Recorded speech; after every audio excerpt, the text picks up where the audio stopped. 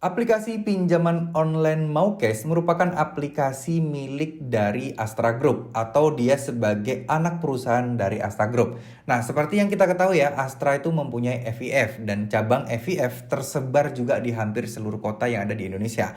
Dan tentunya Maukes juga memiliki cabang yang hampir sama banyaknya dengan FIF. Nah, ngomong-ngomong soal milik dari Astra Group, tentunya ini merupakan bukan pinjol sembarangan ya, bukan pinjol legal abal-abal. Nah, banyak ketakutan-ketakutan yang beredar karena ini merupakan punya Astra Group, FIF juga grupnya banyak, dan itu merupakan leasing, salah satu leasing yang besar juga. Apakah Maukes jika kalian misalnya gagal bayar akan lebih mudah diproses secara hukum? Dan apakah Maukes ini cenderung lebih cepat memproses atau membawa kasus galbay kalian ini ke ranah hukum atau ke jalur hukum? Nah, di video kali ini kita akan bahas mengenai masalah membawa nasabah galbay ke jalur hukum yang akan dilakukan oleh Maukes. Mungkin nggak sih? Oke, di sini menurut pendapat saya pribadi berdasarkan pengalaman-pengalaman dari teman-teman yang sudah sering gagal bayar di EasyCash. Nah, saya ingin coba sampaikan pandangan saya terkait masalah ini ya, teman-teman. Jadi, kalau misalnya banyak rumor yang beredar bahwa Maukes ini bisa dengan mudah membawa nasabah galbay ke jalur hukum karena cabangnya tersebar di banyak kota, menurut saya enggak juga.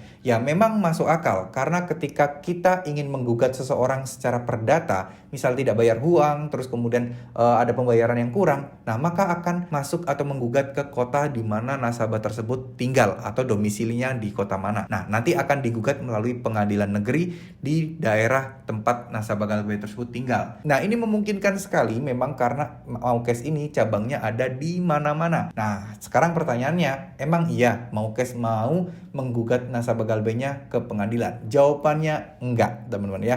Menurut saya sangat kecil sekali kemungkinan bahwa Maukes ini akan membawa kasus galbay ini ke ranah hukum atau ke jalur hukum atau menggugat kalian secara perdata di pengadilan. Kenapa? Karena Maukes mungkin isinya juga udah orang-orang profesional dan tahu ujung-ujungnya gimana sih kalau membawa kalian ke jalur hukum. Toh kalian ini sebenarnya kan memang gagal bayar, telat bayar karena memang tidak mempunyai uang. Bukan berarti kalian tidak mau bayar. Kalau kalian misal sampai tergugat pun atau misal digugat ke pengadilan dan datang sidang, ya mau dikata apa? Orang kalian masih belum ada uangnya. Ya Maukes ujung-ujungnya akan rugi, buang-buang waktu dan ribet ngurusin hal itu aja. Dan kalian perlu tahu yang gagal bayar di Maukes bukan cuman kalian aja, tapi banyak orang sekaligus, teman-teman. Nah, inilah yang membuat kita harus benar-benar jangan sampai terpengaruh dan jangan sampai kalian merasa ketakutan hanya karena Maukes ini punya Astra Group dan mikirnya bakal gampang masuk ke jalur hukum. Enggak, tapi ya kalian harus berpikir secara objektif. Proses untuk pengajuan gugatan, proses untuk melaporkan seseorang ke pengadilan itu tidaklah mudah dan perlu proses yang panjang.